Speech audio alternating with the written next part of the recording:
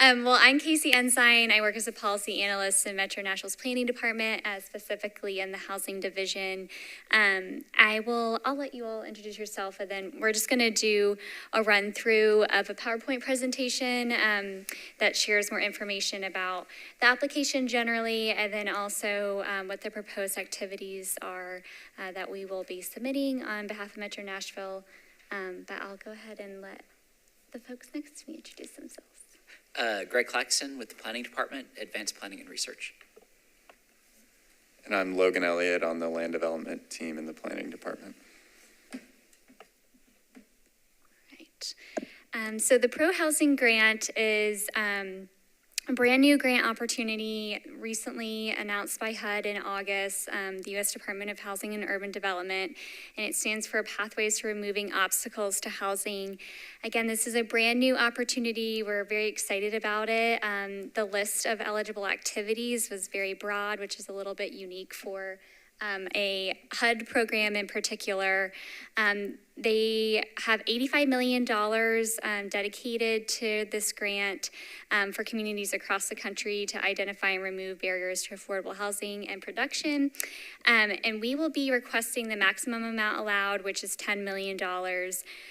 It's estimated that HUD will award up to 20 applicants, and the number of eligible applicants is pretty broad. It includes any state and local government, metro planning organization, or a multi-jurisdictional entity. So with that said, this is a very competitive application, but we are hopeful that we will be successful. And so this is just a slide that shows our timeline. On October 2nd, we posted a draft of the application. Per HUD requirements, we have a public comment period that's open for 15 days, so October 2nd through October 17th. We do have a draft of the application posted on our planning website, so please feel free to look at that. And if you have any comments, feedback, questions, of course you can share those today here, but you're also welcome to submit those by email at metrohousing@nashville.org. If you feel inclined, you can come to our office and drop them off in person. You can also mail them if you also feel inclined. The application or the public comment period will close at 11 p.m. on October 17th.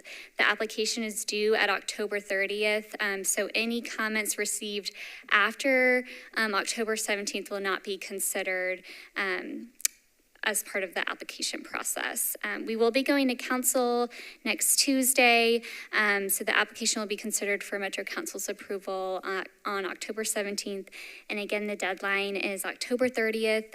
So generally, this was a very compressed timeline, especially for a brand new grant opportunity, announced end of August, due end of October, so our team has really been working hard to pull together this application. So part of the application includes a statement of need, kind of an overview of kind of the conditions in Nashville that shape why we're asking for the funding that we are. And so a lot of the application, a lot of the draft is rooted in the Affordable Housing Task Force report from a couple of years ago that kind of lays out long-term Nashville's needs for housing at different income levels. This chart up here is one of the pivotal charts from that report. It's a gap analysis for renting households. It shows in dark blue the number of households that earn at different income levels, and then in light blue the number of housing units that are affordable at those income levels. And so you can see on the far left side, the dark blue bar is much higher than the light blue bar, which creates this gap in green, this level of unmet need. Those households kind of roll forward and kind of become cost burdened as they seek housing at the next income level up. And you can see that kind of unmet need rolls forward until you're kind of into moderate income households where the supply and the number of households balance out a little bit better. This report was done in 2021, primarily using 2019 data. So just to provide a little bit of updated context, we've got a few more recent data points to share. So we're going to look at kind of a version of a measure of supply and a measure of cost for owners and then for renters. So for owner, we look at months of inventory. This is how many homes are for sale in the market, Davidson County in this case, compared to how many homes were sold in a given month.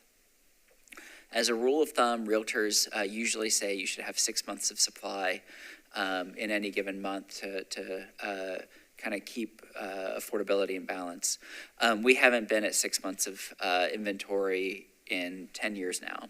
You can see it kind of ticks up a little bit at the end, but by and large, we've been in a very, very tight ownership market for a while.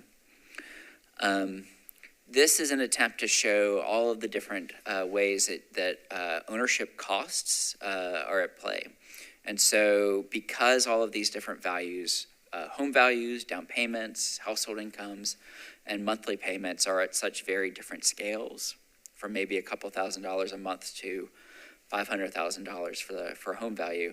What we've done is shown how they've changed since 2019. So 2019 in this chart is 100 for all of these. And you can see household incomes have risen maybe a little bit since 2019. That's the green line.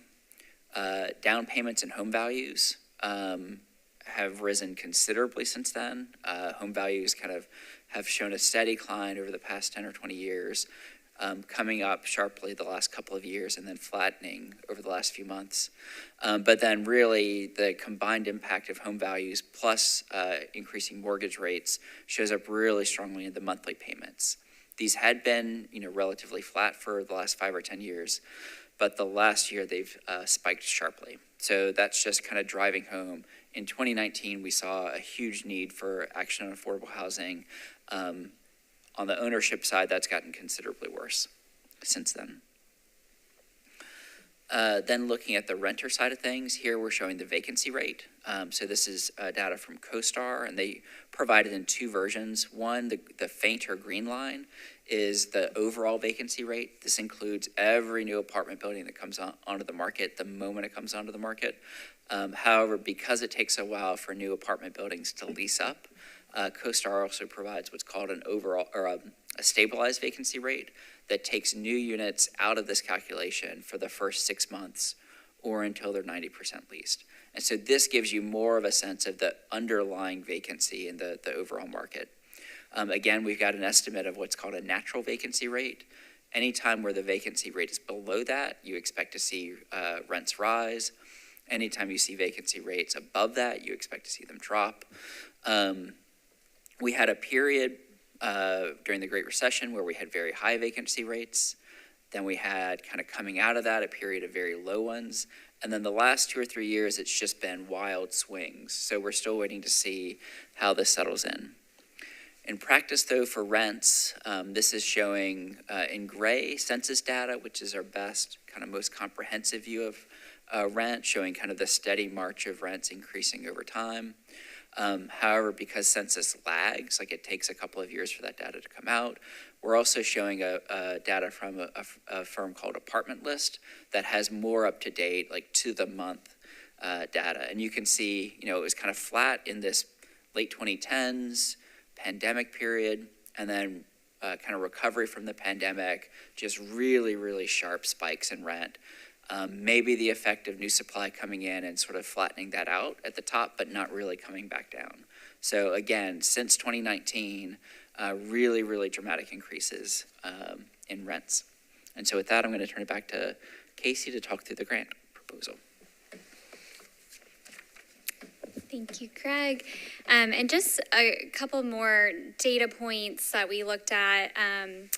So it was really important, especially since this is a HUD opportunity, that all of our proposed activities very much aligned with MDHA's consolidated plan. So we looked at the plan, and especially since they had just completed a new plan this past summer, they had done input sessions as part of that process, a community survey. So looked at those results, what were community members saying in terms of major barriers and obstacles to affordable housing production.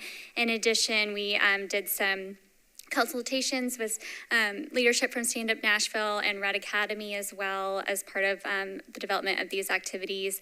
Our team is often out in community meetings, so also just taking that input that we hear from developers, from residents, to be able to address affordable housing barriers, and so we hope that the activities reflect community input.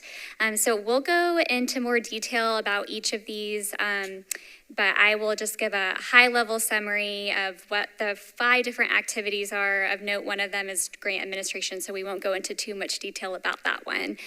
So we have really 4 core activities, the first being an affordable housing accelerator program, and that'll be $1.5 million. Faith-based housing development initiative, which will be really focused on engaging faith-based institutions who are interested in repurposing a portion or all of their land for affordable housing purposes. That'll be $500,000. An affordable housing financing program for permanent supportive housing and deeply affordable units. By deeply affordable, we mean units for households earning 0 to 30% of the area median income, or AMI. And this will be the largest chunk of in terms of the budget, so $6 million for this activity. We'll be proposing $1 million to support missing middle housing policy development, and again, we'll have $1 million towards grant administration. So I'm going to walk through the first 3 activities, and then I'll pass it over to Logan to talk more about the missing middle piece. So the Affordable Housing Accelerator Program, the goal here is to expand capacity of small and BIPOC-led developers to create and preserve equitable, affordable housing. So we are so excited to have great efforts already underway in our community with the Red Academy and also Stand Up Nashville. In conversations with leadership from both organizations, we really wanted to understand what are the existing barriers still, especially for BIPOC-led developers to get into the affordable housing space and generally housing production. And one thing that kept kind of rising to the surface was there's really a need for developers to have this go-to network of any kind of expert that you would need in terms of creating a development deal. So legal experts, architects, grant writers, banking institutions, et cetera. And this go-to network that you could quickly tap into to connect with when applying for a grant opportunity, putting together a development deal. And so what we're proposing is to use a portion, if awarded, of the funding to create what we're calling a pre-development marketplace that would provide emerging developers and contractors access to this network of experts, such as lawyers, architects, and grant writers. And also a portion of the funding could also be used to support expansion of existing development and contractor training programs. Of note, anything with HUD requires a procurement process, a competitive application. So you'll see throughout the proposed activities, we cannot dictate, we will fund this specific organization because that wouldn't be eligible. All of the different activities you'll see, we have a leverage component, and so that is the component where Metro Nashville is committing a portion of our resources to be used to support the programs and activities that we'll be proposing. And so for this activity in particular, we will be committing a set aside of a portion of the Barnes Fund for projects proposed by organizations that have participated in this Affordable Housing Accelerator Program. The next activity is the Faith-Based Housing Development Initiative, and the goal here is to increase affordable housing through activating land owned by faith-based institutions. We're really excited about the passion and interest amongst our faith-based community here in Nashville to activate their land for affordable housing purposes. There was a summit around this time last year called Built on Faith that was hosted by a congregation in Belmont. NOAA and others helped sponsor that event, and there was probably over 300 people there on a Saturday, and definitely you could just feel the passion and interest in the room of congregations really interested in how can we really support affordable housing. In addition to that effort, Think Tennessee and the Urban Institute are currently working together on doing analysis for the entire state on land owned by organizations outside of government. And what their initial analysis is that they have shared with us, and their report should be published in the next couple of months, is faith-based organizations own a significant portion of kind of the state's land in terms of just, outside entities outside of government. So they'll be publishing a very 101 guide for faith-based institutions that provides kind of definitions and just sort of basic information that you would need just to kind of get an understanding of, what is affordable housing? What do we mean by the area median income? Those types of language and terms that we use often in helping folks in faith-based institutions get a better sense and a familiarity with the affordable housing realm.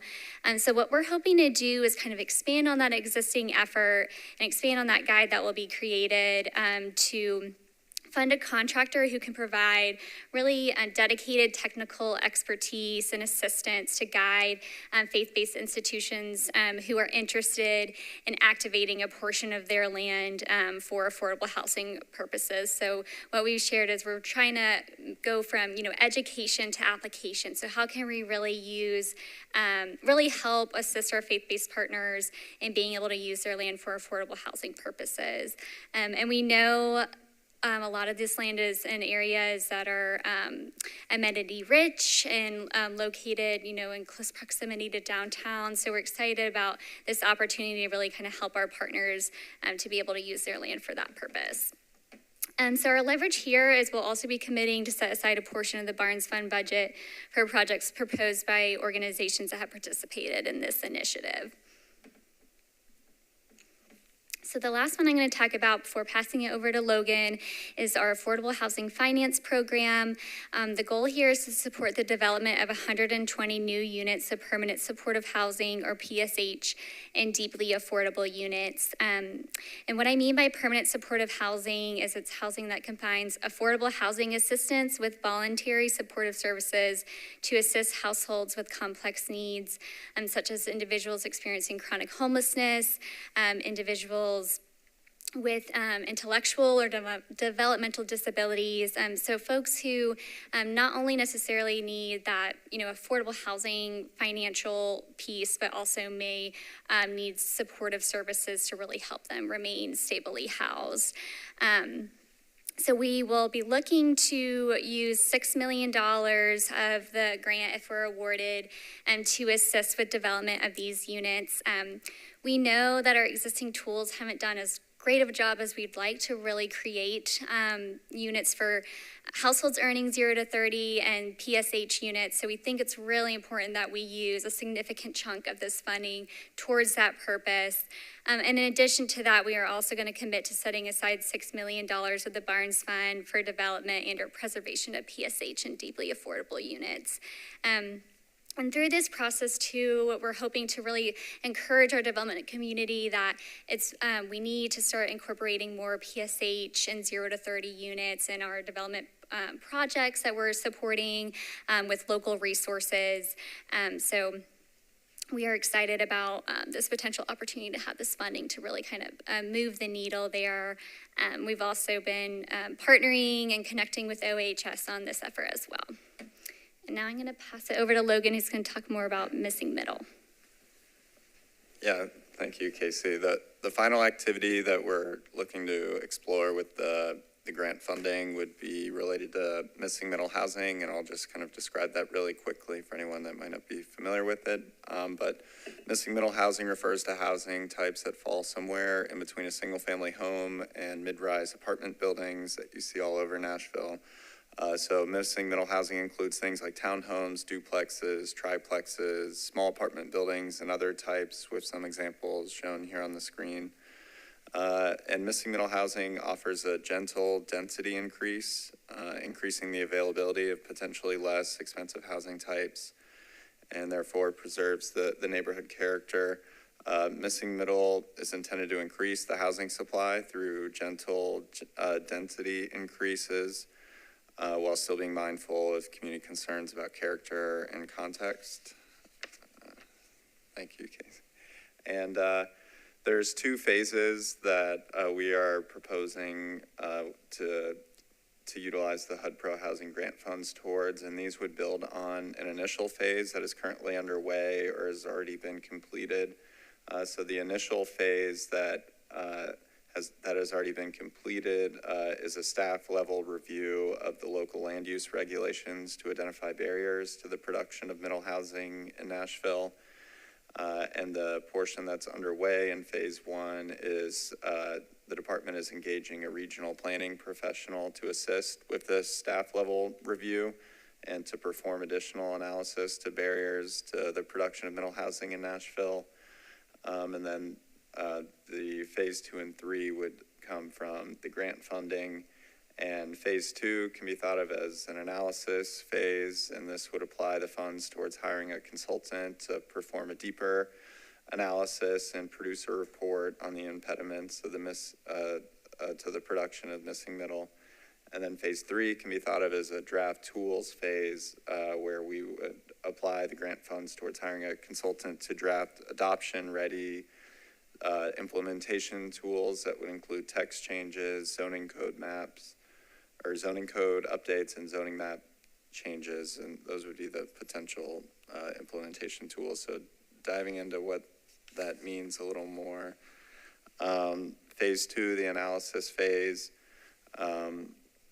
would look to hire a consultant to analyze the barriers in the Metro Zoning Code, in the subdivision regulations, in the policy documents with things like the Community Character Manual and other policy documents related to Nashville Next, and then any other regulatory requirements that regulate the production of housing. So this analysis would identify barriers as well as test potential code changes by applying them to different sites across town to test the outcomes of these code changes. So this testing would include pro forma evaluations to connect the construction cost of housing to the potential market rents and sale prices of the units, as well as land prices in different parts of Nashville to ensure that the implementation and potential code changes are commercially viable in the private market. So in addition to the audit and the testing, the consultant would assist staff with a robust community engagement process so that the community could be involved with the testing and auditing and understand what the code changes would look like. And then finally, a report would be produced that would contain all of this information so that it would be available and easy to digest. And then this report would serve as the background for phase 3, which is the drafting tools phase. And then this phase would again be applied towards hiring a consultant to assist in the actual production of the implementation tools, so the potential zoning code updates, the potential zoning map updates, and any other implementation tools that are identified in phase 2 or earlier with the phase 1 work. So these implementation tools could be localized with things like overlays, or it could be countywide updates to the regulatory framework to address missing middle, and that would be a result of the previous work. And the actual adoption of the tools would be a separate effort outside of the grant process. So these activities would enable the department to draft tools that would permit a greater variety of housing types in Nashville than what's currently being realized, and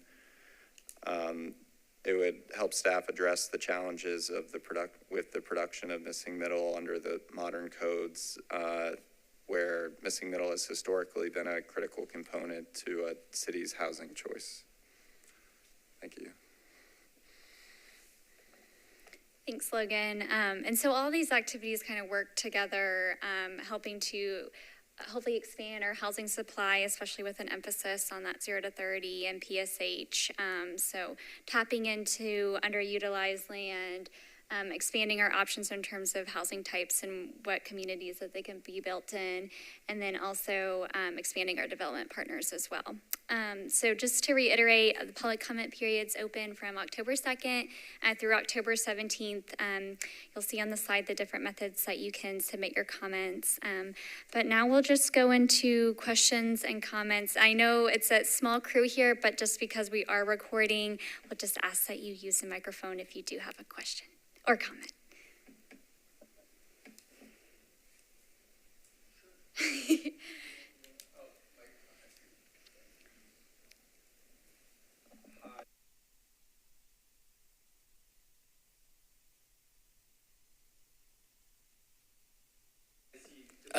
Sorry, real quick. Can we get your name and if you're affiliated with any organization? Yes. Thanks.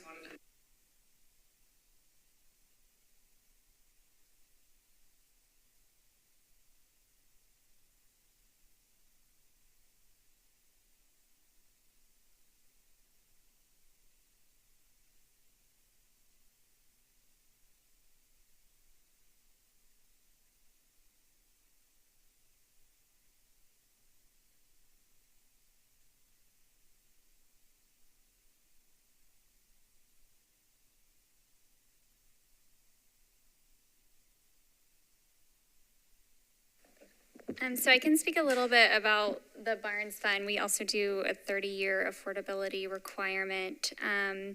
And this is something that, we're always looking at and analyzing in terms of what other partners are doing in terms of affordability requirements, whether those things should be adjusted. This specific allocation won't necessarily go directly into the Barnes Fund because it'll have a whole nother separate set of federal policies that we'll have to abide by and regulations. But what we are proposing is to leverage the Barnes Fund to be used on top of and in addition to if we are awarded for that PSH and deeply affordable units. Does that help answer your question?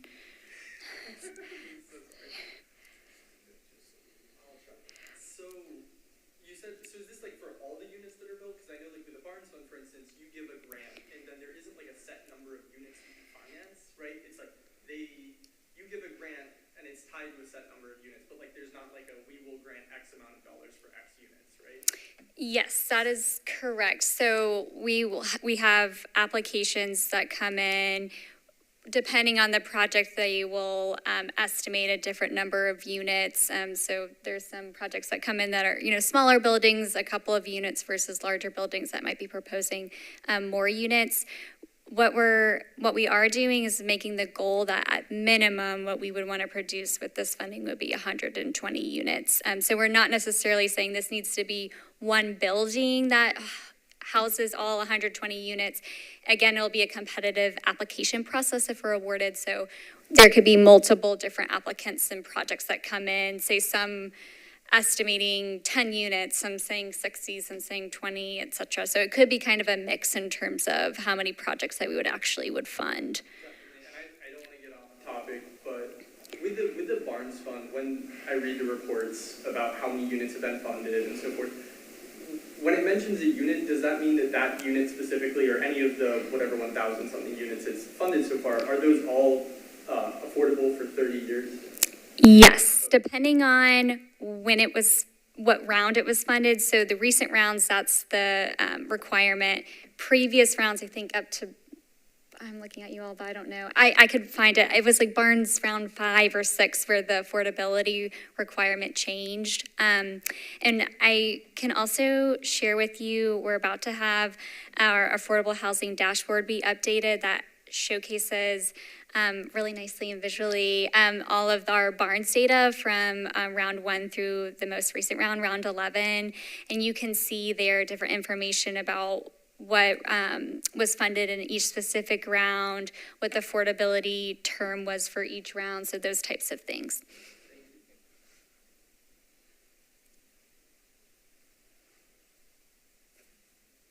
Any other questions, comments? All right. Okay, well, thank you all.